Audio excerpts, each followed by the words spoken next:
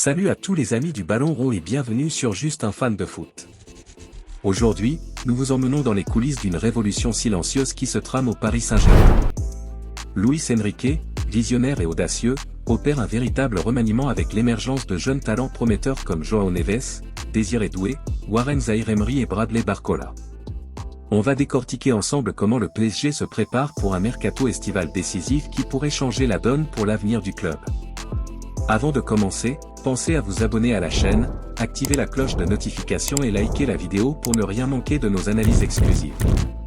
1. L'aube d'un nouveau PSG révolution jeune et ambitieuse.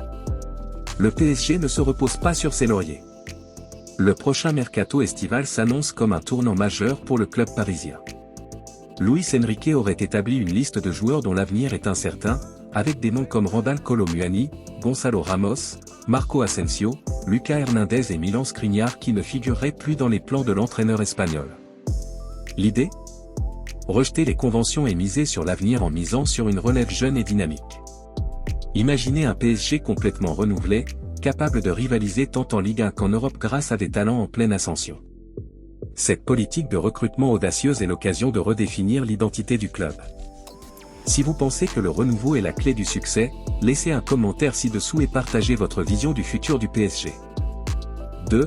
La cible des talents de Ligue 1 focus sur Magnès Sakliouche et Andrei Santos. Passons maintenant aux cibles de transfert les plus excitantes du moment.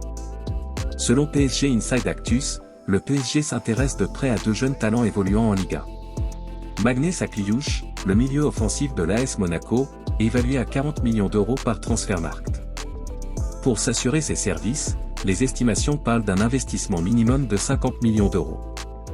L'AS Monaco, conscient de la valeur de son joueur, pourrait demander une somme conséquente pour le laisser partir.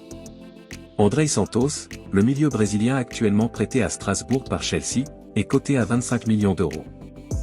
Lié aux Blues jusqu'en juin 2030, une vente définitive n'est pas exclue, d'autant que Chelsea pourrait vouloir rééquilibrer ses finances en cédant ce talent. Un double transfert qui représenterait un investissement global d'environ 75 millions d'euros. Une somme importante, mais qui s'inscrit dans la logique d'un PSG déterminé à préparer l'avenir en misant sur des profils à fort potentiel. 3. L'option intrigante du Costa Rica, le cas de Manfred Ugalde. Et ce n'est pas tout, le marché ne se limite pas aux jeunes prometteurs français. Du côté de l'attaque, un jeune avant-centre costaricien, Manfred Ugalde, attire l'attention des dirigeants parisiens. À seulement 22 ans et actuellement sous contrat avec le Spartak Moscou jusqu'en 2028, Ugalde a déjà inscrit 23 buts et distribué cette passe décisive toutes compétitions confondues. Ses performances ont suscité l'intérêt non seulement du PSG, mais aussi de l'AS Monaco, qui a flashé sur ce talent. Recruté pour 13 millions d'euros l'été dernier, il n'est pas en vente à prix dérisoire. Le club russe ne laissera pas filer son joyau sans une belle compensation financière. Qu'en pensez-vous ? Le PSG doit-il dépenser pour sécuriser un attaquant aussi prometteur ? Laissez votre avis dans les commentaires et partagez cette vidéo si vous êtes fan d'innovation footballistique. 4. Stratégie de négociation. Le dossier Kolo Muani et Khéphren Thuram. En parallèle de ces mouvements offensifs, le PSG envisagerait de jouer ses cartes sur le marché des échanges. Luis Campos aurait ainsi une stratégie bien rodée, utiliser les négociations en cours avec la Juventus concernant Kolo Muani pour obtenir la signature de Khéphren Thuram. Ce milieu de terrain français, arrivé récemment à la Juventus pour 20 millions d'euros en provenance de l'OGC Nice, est connu pour sa polyvalence et son potentiel. Il a déjà fait parler de lui et son recrutement s'inscrit parfaitement dans la politique parisienne de miser sur des jeunes joueurs français à fort potentiel, aux côtés de talents comme Barcola ou Doué. Cette manœuvre stratégique pourrait permettre au PSG de renforcer son milieu de terrain tout en négociant un transfert à un prix avantageux. 5. Révolution défensive. Le pari sur Nico Schlotterbeck. Côté défense, une piste inattendue fait surface.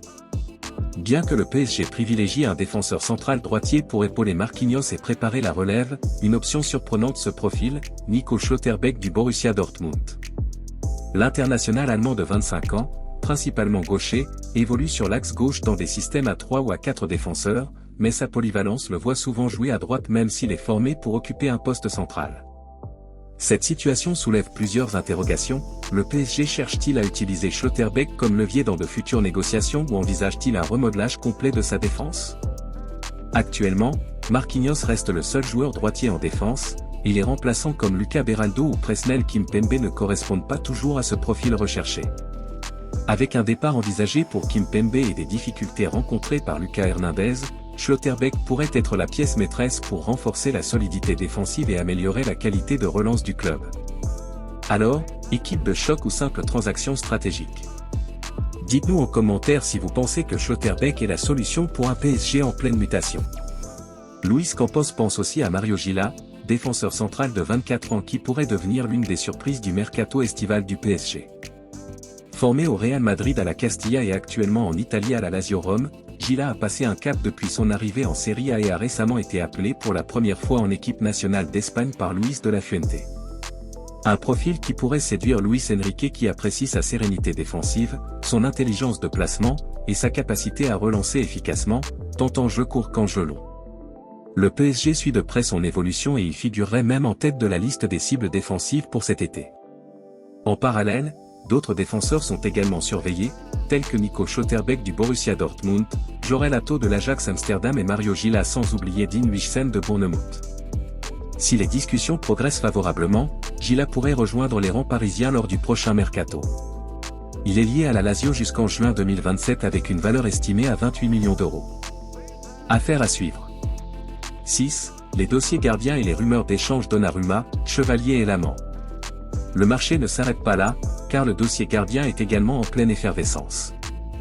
Gianluigi Donnarumma, qui a brillé lors de l'exploit contre Liverpool en Ligue des Champions, reste dans le flou quant à son avenir.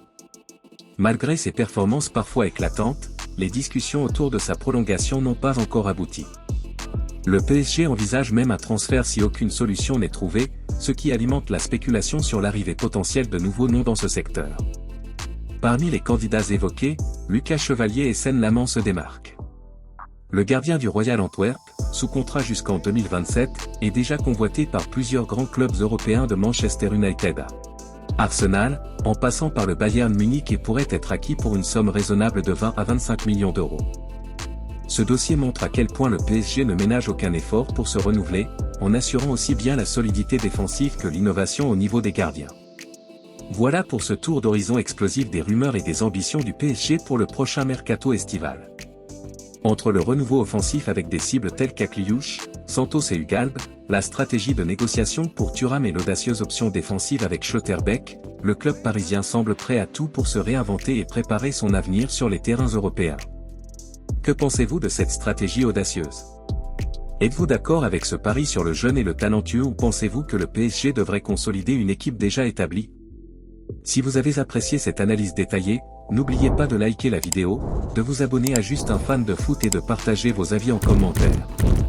Cliquez également sur la cloche pour recevoir nos prochaines vidéos. Merci d'avoir regardé et à très bientôt pour de nouvelles révélations et décryptages sur le monde passionnant du football.